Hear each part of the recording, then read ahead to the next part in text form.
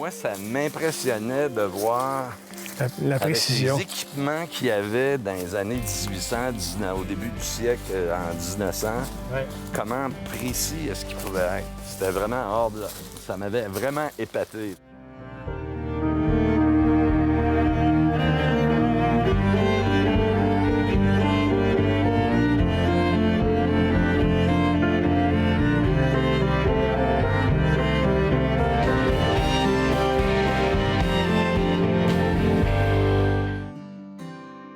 S'il est un mot, une expression se rapportant à l'exploitation forestière que connaissent bien les Québécois, c'est sans aucun doute la fameuse pitoune de 4 pieds. Ces billes de bois destinées aux usines de fabrication de la pâte de papier. Nos pères, nos ancêtres bûcherons ont connu, parfois dans la misère, la dure réalité des forêts dont ils devaient tirer le nécessaire pour vivre. La grande époque de la pitoune de 4 pieds est révolue. Les usines ont soit fermé ou se sont tournées vers d'autres sources d'approvisionnement. Les Beaucerons, comme les autres, ont assisté à la fin de cette époque. Dans cette région, les producteurs de bois ont été parmi les derniers à livrer les fameuses pitounes de 4 pieds à l'industrie. Un passé révolu qui appelle des changements nécessaires. La meilleure façon de vous présenter mon invité pour nous parler de l'histoire de l'exploitation forestière en Beauce, l'histoire de la pitoune de 4 pieds, c'est peut-être de vous lire, c'est sûrement même, de vous lire un extrait de déclaration qu'il a fait à un journaliste de la presse. Vous allez vous reconnaître, mon cher monsieur. Vous avez dit « Une terre forestière, ce n'est pas un bien personnel, c'est un bien familial. C'est le travail d'une vie et on veut que les enfants partagent cette responsabilité. Faire de l'argent, ce n'était pas et ce n'est pas toujours la raison première. » Alors, mon invité aujourd'hui est Éric Clich, président de l'Association des propriétaires de boisés de Beauce. Est-ce que vous pouvez nous parler du début comme tel de votre intérêt vis-à-vis de la forêt? Est-ce que vous êtes un Beauceron d'origine? Est-ce que vous avez été élevé dans une famille où l'exploitation forestière et l'agriculture allaient de pair? Pas du tout. Pas du tout. Mon père était vétérinaire. Ça fait que, oui, j'ai été élevé au niveau des animaux, mais au niveau de la forêt, dès mon jeune âge, j'ai travaillé comme tous les bons jeunes, travailler sur des fermes, tout ça. J'ai découvert la passion de travailler dans la forêt. J'ai commencé ça, je dirais, vers l'âge d'à peu près de 16-17 ans, où en rencontrant ma conjointe actuelle, qui était... ses parents étaient la famille au grand complet était des exploitants de la forêt. L'histoire de l'exploitation forestière en Beauce, ça a commencé dans quelles années? Je ne sais pas si vous pouvez nous brosser un tableau de cet historique-là ici en Beauce. Bien, écoute, l'exploitation forestière, si on parle de la pitoune en tant que telle, parce que du bois, je pense qu'on pourrait reculer très, très loin pour savoir que on a défriché les terres, puis ça a été le bois, puis tout ça, qui a construit les maisons. Mais au niveau de la pitoune, au niveau du bois de pâte, ça a commencé vers la fin des années 1800, au début de 1900. Où on a vu les premières apparitions de ça, du bois de pâte. Puis je vous dirais, là, un petit peu plus tard, là, après 1930-1940, on a vu beaucoup plus d'exploitations qui ont fait que les gens avaient besoin, c'était une nécessité de vendre le bois. Et là, ils mélangeaient les deux. Ils faisaient du bois de construction, bien sûr. Ils construisaient encore beaucoup de maisons. Mais là, il y avait le développement des pâtes et papiers. Oui. L'après-crise, l'après-guerre, après-première guerre, où l'utilisation du papier, du journal, tout ça, ça fait qu'à partir des années, je vous dirais, de 30-40, il y a un bon développement économique par rapport à ça. Puis des années 60, là, c'est là que les débuts de la mise en marché collective, puis vraiment ce qu'on connaît aujourd'hui. Là, il y a une chose qu'il faudrait peut-être expliquer aussi. Pourquoi la pitoune de 4 pieds? Pourquoi c'était donc ce type de dimension-là que favorisaient évidemment les agriculteurs lorsqu'ils bûchaient? Il y a deux éléments qu'on peut relire, puis ça a été le cas jusqu'à la fin de la pitoune. La première des choses, c'est que c'était facile à manipuler. C'était fait par un homme. Une bille de 4 pieds, c'était facile à manipuler. Puis pourquoi 4 pieds? Parce que toutes les machines, toutes les écorcheuses, ça, étaient faites pour du bois de 4 pieds. Pour une dimension. Puis même dans les dernières années, là, un bois qui était 2 pouces trop long, il restait pris des machines. Ça fait que c'était vraiment important, du début jusqu'à la fin, que la bille, elle ait 4 pieds. Il faut bien comprendre que la dimension d'une bille de bois pour les scieries et puis la pitoune, c'est pas les mêmes. Là. Non, il n'y a pas... Une scierie, ça commence à 8 pieds. 8 pieds, c'est ça. 8 pieds et plus, là, aujourd'hui. Ouais. Mais il s'en fait encore du 8 pieds. Là, oui, il s'en est toujours fait parce qu'on a toujours construit des maisons et on a toujours besoin du bois de construction. Ouais. Mais la deuxième transformation, comme on avait la pitoune, là, c'est terminé bien sûr. C'est pour ça qu'on en fait l'apogée aujourd'hui. Oui, c'est ça. Cette dernière année, ça a été en 2019.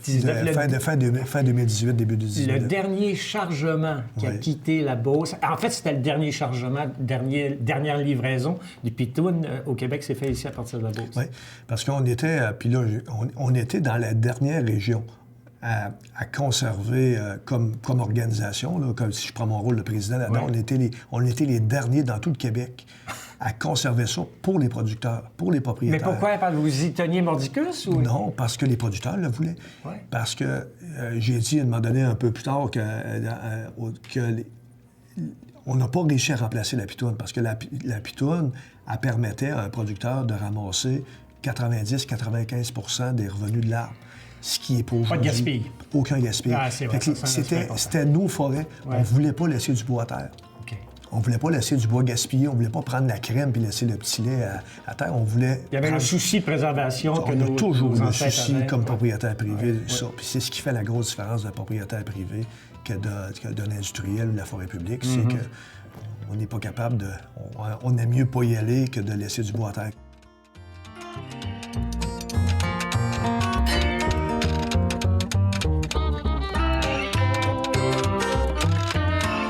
Avec deux camionneurs qui ont vécu, M. Clé, cette expérience-là dont on parlait un peu plus tôt sur le transport de la pitoune.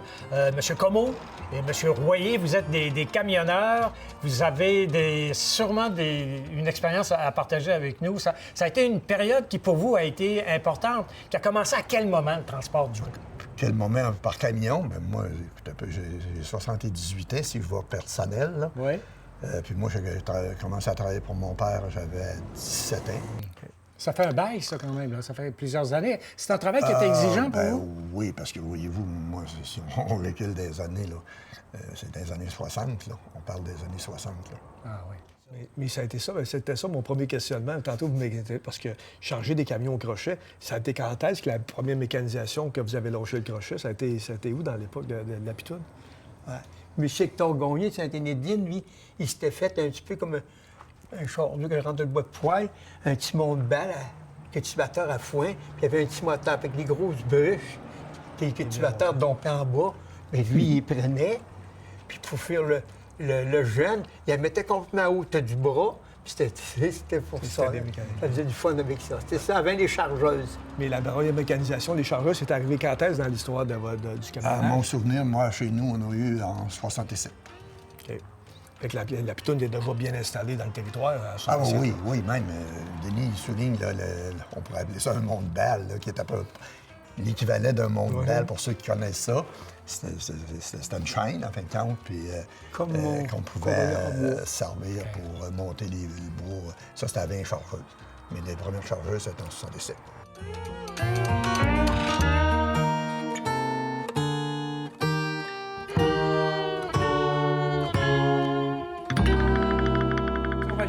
Les belles années, des années avant crise ou peut-être après la crise, là, où on pouvait obtenir un bon prix pour la corde, c'est que, évidemment, le Canada était un pays exportateur, le plus important pays exportateur de papier journal. Il y avait une demande effrénée pour le papier journal. Ouais. On a commencé, les premiers balbutiements, on n'était pas des transformateurs de papier. On exportait, si on se rappelle, là, quand ça s'est fait au niveau de la drave, au niveau des barges, ils envoyaient le bois rond, ils travaillaient légèrement, écorçaient, tout ça. Après ça, ils envoyaient ça aux États-Unis, où ce qui était les premiers qui ont fabriqué du papier. C'est un petit peu plus tard parce que beaucoup de moulins-ci, beaucoup d'industriels ont commencé à... Oui, au début, c'est ça. C'est que la transformation se faisait du côté américain, c'est ça. Alors, mais après ça, je veux dire, dans notre jeune temps, quand on étudiait l'économie, c'était la principale, une des principales exportations puis richesses. On était les leaders mondiaux au niveau du papier journal. Là. Mais c'est une activité qui était donc importante pour les Beaucerons à l'époque et pour tous les Québécois aussi, mais encore fallait-il avoir du bois. Et pour ça, il fallait évidemment être propriétaire de boisés, ce qu'on appelle des boisés privés.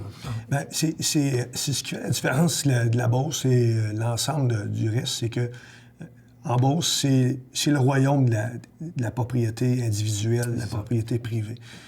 Si on compare dans d'autres régions du Québec, il y a un mélange de forêt publique, forêt privée. Ici, en Beauce, il n'y a à peu près pas de forêt publique. Ça fait que chaque arbre que vous voyez, partout, il appartient à quelqu'un ou il appartient à un propriétaire. Voilà. Chaque forêt appartient à un propriétaire. C'est complètement différent. Ça fait que la fibre était là. On a glissé un mot un peu rapidement là, sur la draft tantôt. J'aimerais qu'on y revienne. La Chaudière, évidemment, la rivière Chaudière, qui était le canal de transport privilégié de la Pitoune.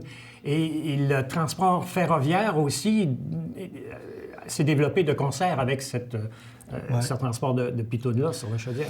Bien, écoutez, la drave, oui, c'est sûr que je suis un peu trop jeune pour l'avoir connu. Non, quand même, je suis sûr que vous avez lu quelque chose. Mais on a lu, mais c'était l'histoire, parce que dans le départ, le chemin ferroviaire était actuel, mais les grandes compagnies ferroviaires chargeaient beaucoup trop cher pour transporter de la Pitoune. Ça fait qu'ils ont décidé de faire la drave de la rivière pour l'emmener à l'embouchure du fleuve pour charger les barges. Puis la rivière Chaudière, la connaissant encore aujourd'hui, elle a une fâcheuse manie de déborder régulièrement. Ça fait que c'est ce qui a fait que ça l'a mis fin à la drave, parce qu'elle était trop incontrôlable, cette rivière-là. Puis à un moment donné, quand les glaces avec les bio puis les pitounes sortent du lit puis qui viennent briser, c'est ça qui a mis fin. Les grosses compagnies ont été un peu ruinées ou un peu... Comme la Brown? La Brown, c'est un de ses premiers facteurs. C'était une des très, très grandes compagnies. J'ai lu quelque part, c'était une des plus grandes dans le monde au niveau de la propriété et le développement. Puis, ils ont été obligés de dédommager beaucoup lors des inondations qui a mis fin à leurs activités au niveau de la rivière. Donc, on transformait la Pitoune à l'extérieur de la Beauce. À ce moment-là, oui. Elle était acheminée jusqu'à l'embouchure du fleuve, chargée dans des barges, puis ça retournait où ce qui transformait. Puis après ça, il y a eu Trois-Rivières, tous les gens. Il y a eu les belles années avec le développement, évidemment, de Trois-Rivières comme capitale mondiale. Et là, les compagnies ont acheté beaucoup de pitounes provenant de la Beauce. Ça a été des années fastes, en quelque sorte. Oui. Oui, et puis la Beauce, puis les 4 régions aussi autour, là, mais principalement la Beauce, on était des grands producteurs de pitounes. Réal Turgeon, maire de Saint-Isidore, on est au cœur de la forêt, de votre forêt. Parlez-nous de votre forêt. Oui, en fait, on est au cœur de la forêt Sartigan qui couvrait la grande partie de Saint-Isidore autrefois, là, il y a 200-300 ans. La route des Jarrets-Noirs pour se rendre à Lévis, à Québec, passait ici. Le lot où on est situé appartenait autrefois à mon arrière-grand-père, mon grand-père, mon père, et ça suit là, les générations. Il y a un sentiment d'appartenance. Mes enfants, encore, mon garçon est venu camper en fin de semaine avec ses petits-enfants ici. Au lieu d'aller d'un camping, là, il vient ici à l'occasion. Il y a quelques endroits là, d'installer pour ça. Est-ce qu'on peut dire que vous êtes de la période de la pitoune, de la post-pitoune ou de la en tout cas, vous avez connu un peu? Je dirais de la transition de la pitoune à plus rien. Mon père a été 100% pitoune. Oui. Puis moi, il y a quelques années, là, lorsque la pitoune a cessé, j'étais très désappointé de un, parce que je trouvais ça pratique de travailler avec des petits bouts de bois de 4 pieds. J'avais pas besoin de trailer, de chargeuse. C'était l'huile de bras qu'on se servait, puis on pouvait en profiter lorsqu'il y avait des arbres de casser, d'arracher, de faire un certain nettoyage, puis je trouvais ça très intéressant de ce côté. C'était un revenu d'appoint, disons, mais essentiel à l'époque de vos parents ou de vos grands-parents, et plus maintenant, d'une certaine manière. Oui, effectivement. Pour moi, c'est un revenu d'appoint plus ou moins, en ce sens que les dépenses égalisent les revenus, ou à peu près. Par contre, je regarde sur toutes les fermes qu'il y avait à Saint-Isidore dans le temps, il y en avait à peu près 400. La plupart avaient tous un lot à bois au bout de leur terre. Et la pitoune qu'ils pouvaient vendre ou les bio, dans certains cas, c'est un bon revenu d'appoint parce que moi, mon grand-père, quand j'étais jeune, il me contait qu'il allait porter des bœufs à Lévis puis à Québec pour la boucherie. Là. Il partait avec sa jument, il en avait pour 2 jours, puis il couchait à Lévis, ça se faisait pas dans une journée. Les revenus étaient très minces, les gens étaient autosuffisants au niveau de la nourriture, de la culture, le jardin. Donc, le bois qu'ils réussissaient à faire, c'est un revenu d'appoint important dans ces années-là. Mais comment vous l'aménagez, votre forêt, de pratico-pratique? De quelle manière vous faites? En fait, ce qu'il faut comprendre, c'est que j'ai grandi sur une ferme. J'accompagnais mon père pour aller bûcher. Mais le jour où mon père, il y a plus de 30 ans, là, a décidé de me vendre, en fait 40 ans, a décidé de me vendre le lot, là, j'étais un petit peu plus curieux. Puis c'est là que l'Association des producteurs de boisés de la Beauce est devenue importante. je me suis fait faire un plan d'aménagement où j'ai eu un conseiller, un technicien qui est venu pour faire mon plan d'aménagement. On a marché le bois d'un bout à l'autre ensemble. Il m'a expliqué qu'est-ce que je devrais considérer pour l'améliorer, le rentabiliser à long terme. Ça, tu peux couper ça, enlève ça. Ça vaut pas vraiment la peine. Puis il me donnait des bons trucs. Et puis, à tous les 10 ans, on renouvelle notre plan d'aménagement. Que ce soit des cours d'abattage. L'organisation là, est très utile pour les petits producteurs là, comme nous autres. Ouais. Alors ici, on est dans mes petits sentiers pour accéder au bois, Oui. n'en tirer le moins long possible. Là, les gens viennent-tu marcher? Tu disais qu'il y avait des gens qui venaient marcher. En fait, viennent-tu les ici? gens qui viennent marcher se promènent plus dans les gros sentiers principaux, comme le premier quand on est arrivé. Oui. Alors qu'ici, là, il y a les 4 roues qui vont venir, ou même nous, en motoneige, l'hiver, avec les enfants, là, on vient se faire un feu de camp ici, puis on en profite. Puis ici, en allant par là, on va voir les... Fait qu'ici, c'est plus des chemins de travail puis d'entretien pour le bois qu'on fait. Ils sont tout petits, ils sont minuscules. On passe soit avec un 4 roues, avec un petit tracteur, là, pas trop gros. Il y a eu de l'aménagement, il y a eu aussi simplement de la repousse naturelle. C'est toute la repousse naturelle. Ah oui? Tout ce qu'on voit, là, comme ici, là, c'est une belle épinette. Comme elle, en passant, je fais bien attention. Ouais. Parce qu'elle va profiter là, de 8 à 10 pouces par année, puis elle va devenir une belle épinette comme d'autres que j'ai ici à côté. Alors ici, ce qu'on voit, là, c'est les morceaux du plus gros pin que j'avais dans mon bois, que j'ai coupé il y a quelques années. Et la souche est pas tellement loin dans le secteur ici. Vous voyez comment ça repousse vite?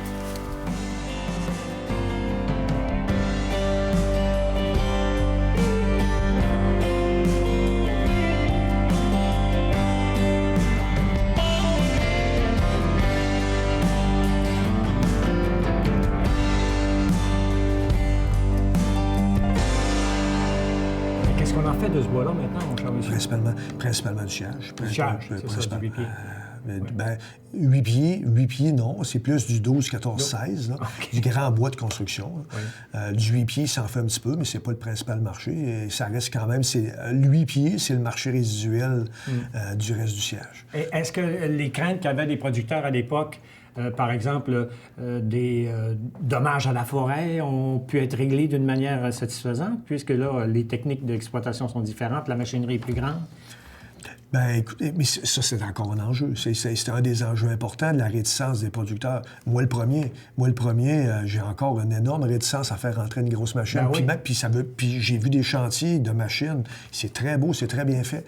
Mais c'est des autoroutes dans le bois, ça change complètement. Parce que les machines à la grosseur, si vous l'envoyez passer dans le chemin, là, ça passe pas entre deux arbres comme on passait avec un cateau ou un cheval du temps. Là. Puis c'est correct. Aujourd'hui, il n'y en a plus d'hommes, il n'y a plus de main-d'œuvre. Est-ce qu'on ne risque pas d'épuiser la ressource en agissant de cette manière-là? Bien, on reste quand même le souci qu'on le fasse de façon mécanique ou de façon... Parce que même dans les années 60, là, je fais du coq à l'âne un peu, là, mais même dans les années 60, c'était un gros problème. Parce que les producteurs, assoiffés d'aller chercher de l'argent, bûchaient beaucoup plus que la capacité forestière du temps. Et ça a été un des enjeux dans ces années-là de discussion pour amener à organiser la mise en marché collective, réguler ça. Chaque producteur avec une petite parcelle, puis on contrôlait ça. Puis aujourd'hui, c'est encore la même affaire. Mais aujourd'hui, on contrôle mieux la ressource. À quoi peut-on penser quand on parle d'avenir, d'énergie verte, d'utilisation de manière plus écologique? Bon, au début, les premiers balbutiements, c'était les chaufferies. Tout ce qui était de chaufferie. La biomasse. La biomasse. Et ça, c'est un marché qui est très peu lucratif pour le producteur. Pour les gens qui l'utilisent, mais il n'y aura jamais une valeur ajoutée pour que le producteur puisse dire en attendant, je m'en vais puis je vais bûcher du bois pour faire de la biomasse. Il va toujours, il n'y aura pas de revenu possible. Là, les coûts de manutention, de déplacement sont trop grands. Présentement, ce qui s'en vient, ce qui se développe partout au monde, puis au Québec, c'est l'éthanol. L'éthanol à partir de la fibre de bois, la forêt. Et ça, c'est une ressource qui est complètement propre. C'est contrairement à ce qu'on voit l'éthanol avec le maïs, ou ce qu'on prend Des terres agricoles. Des terres agricoles, un produit de consommation qui pourrait se manger, puis qu'on fait de l'éthanol avec. Ça n'a pas de sens. À courte durée pour le développement des raffineries, de développement, mais aujourd'hui, on est capable de le faire à partir du bois. Ça, c'est une bonne nouvelle. Tous les autres produits au niveau des résines, tout ce qu'on peut faire pour ajouter au plastique, ajouter à plein de choses pour augmenter la dureté de certains matériaux. La forêt est là. Puis là, je pense qu'on n'est pas obligé... Quand on parle d'environnement, tout ce qu'un arbre peut faire pour le poumon de la planète, là, mon Dieu, oui. On est encore là. Mais encore ça, il faut les garder en vie, il faut les garder un taux de croissance pour qu'ils fassent la job comme il faut. C'est votre rôle à vous et ce sera le rôle de vos enfants aussi qui vont prendre le relais un jour ou l'autre. Oui, mais chaque génération posséderont la terre puis lui donneront la vocation. C'est la beauté de la chose. Nos grands-parents le faisaient pour un revenu, on l'a fait pour le plaisir puis pour faire un legs ou bien garder nos enfants actifs là-dedans. Ils ont été élevés dans le bois. Pas dans le bois, là. Ils ont été élevés à proximité de la forêt où ils ont commencé à jouer, faire des cabanes comme tous les enfants rêvent de faire. Ils étaient chez eux, ils n'étaient pas sur le voisin. Les autres étaient chez eux. Puis après ça, ils ont vu l'évolution de ça. Puis aujourd'hui, ils vont porter le flambeau avec d'autres choses qui vont être très louables. Puis c'est ça la beauté de la forêt. C'est notre jardin, notre forêt. Hein? Puis quand on coupe un arbre, c'est 60 ans avant qu'il en revienne un autre à sa place. C'est l'histoire d'une vie. Ça veut dire que chaque action qu'on fait, on le fait toujours pour la prochaine génération.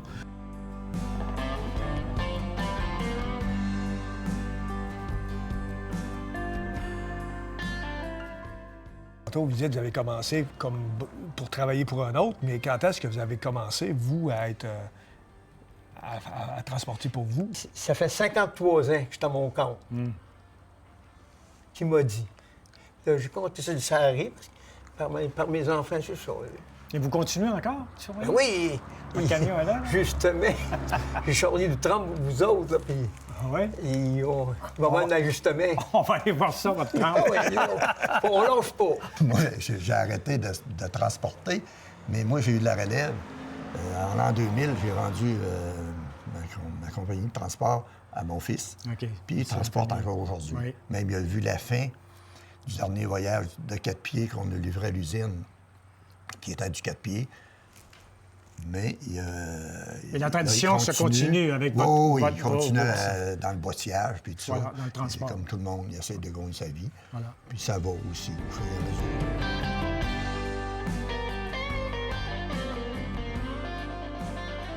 Est-ce qu'elle vous parle, la forêt, vous quand vous vous promenez là, qu'est-ce que vous ressentez? Oui, puis il y en a plusieurs qui ont raconté des anecdotes. J'ai tout le temps dit, à un moment donné, on va faire du coq à l'âne un peu sur la religion, un petit peu, on va rester de façon générale. Ouais. Mais j'ai toujours dit que aller dans le bois, c'est comme aller à la messe. Tu ressors de là, pour ceux-là qui allaient à la messe, que ça leur faisait du bien, tu ressors de là avec un sentiment de bonheur. Moi, je l'ai dit, je reste sur mon lot.